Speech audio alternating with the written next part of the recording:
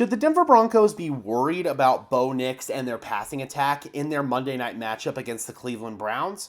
This one statistic does suggest that the Denver Broncos might have a little bit more of a tough time, but I do think that the Broncos are a better team now than they were earlier on in the season, and I think that this stat is a little bit skewed because of it. I want to bring in this tweet from Benjamin Albright. This is the whole basis of this video. Bo Nix has carved up zone coverages this year, but struggled against man coverage. Cleveland runs the third most man coverage in the NFL. I can't recall who number 2 is, but number 1 is actually the Denver Broncos. The Broncos are easily the most man-heavy team in the NFL. But ironically enough, they've struggled against man coverage themselves. The main reason for that, in my opinion, isn't so much Bo Nix as it is early on in the season especially, the Broncos did not have pass catchers who could consistently separate against man coverage. Remember, Devon Vele was hurt in the early part of the year. He didn't return until, I want to say, the New Orleans game. So we didn't have Devon Vele for a good chunk of those early games.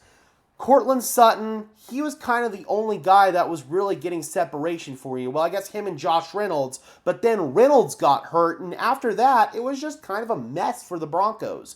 Who was going to step up and who was going to separate against man coverage? These last couple of weeks, the Broncos have done something that has actually been able to coax defenses away from playing man coverage because they don't want to risk getting matched up one-on-one with Marvin Mims out of the backfield. Putting Mims in the backfield will risk a defense having to match up one-on-one with Mims against a linebacker. That's an unfair advantage for the Broncos. The Broncos can get big-time explosive plays with Marvin Mims' speed if he's matched up one-on-one against a linebacker or even a slower, non-athletic safety. If you can get those one-on-one matchups with Marvin Mims, then you can get these ginormous explosive plays with wheel routes. Sometimes you can just get him streaking right down the field. I imagine Sean Payton is dialing up a lot more explosive plays with Marvin Mims out of the backfield. But putting him back there will kind of spook defenses out of playing man coverage. This might force Cleveland to play less man and drop back and play like cover 3. Sometimes you can drop back and play cover 2. Just play more zone. That's the way that you can neutralize having a guy out of the backfield who's a threat as a pass catcher. It's just hard to play man-on-man in those situations, and that's credit to Sean Payton for realizing that his team is getting a lot of man-on-man coverage early in the season. I need to figure out something that'll change that, so why don't I put a speedster like Marvin Mims in the backfield who can get these one-on-one matchups and exploit this man coverage? Additionally, with Devon Vele coming back and he's stepping up, he's winning his one-on-one matchups against man coverage as well. This Broncos team has been able to find answers when the defense just want to lock up and play man coverage. So it's not going to be as easy for the Cleveland Browns in this game. But they do have the ability to play man-on-man across the board and only rush 4 players and still win up front because they've got a guy like Myles Garrett who can just wreck shop single-handedly. The Broncos have to be able to take away Myles Garrett. They need to chip him. They need to put help on whatever side he's rushing from.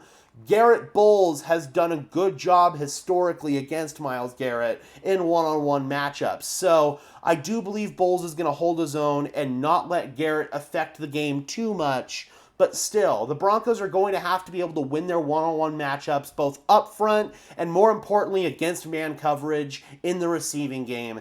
And if they don't do that, then they're probably going to struggle in this game. Thankfully, now the Broncos are more well-equipped to play this type of man-on-man defense than they were a few weeks ago. All right, Broncos country, let me know in the comment section below. Are you guys worried about Bo Nix and this passing attack against the Cleveland Browns, given the fact that they play so much man coverage? Do you guys think the Broncos are going to have somebody who's going to be able to step up and win those one-on-one matchups, be it Courtland Sutton, be it Devon Vele or be it Marvin Mims out of the backfield? Drop those comments down below, guys. I would love to hear from you as always. Be sure to leave a like on this video as well as subscribe and ring the bell so these videos appear in your notification feed. I would really appreciate it, guys. Those are both free and easy ways to show your support. Helps tell YouTube's algorithm to push us out, and it helps us get seen by more and more members of Broncos country just like you and me. And until next time, guys, I'm your host, Gage Madrid, saying peace out.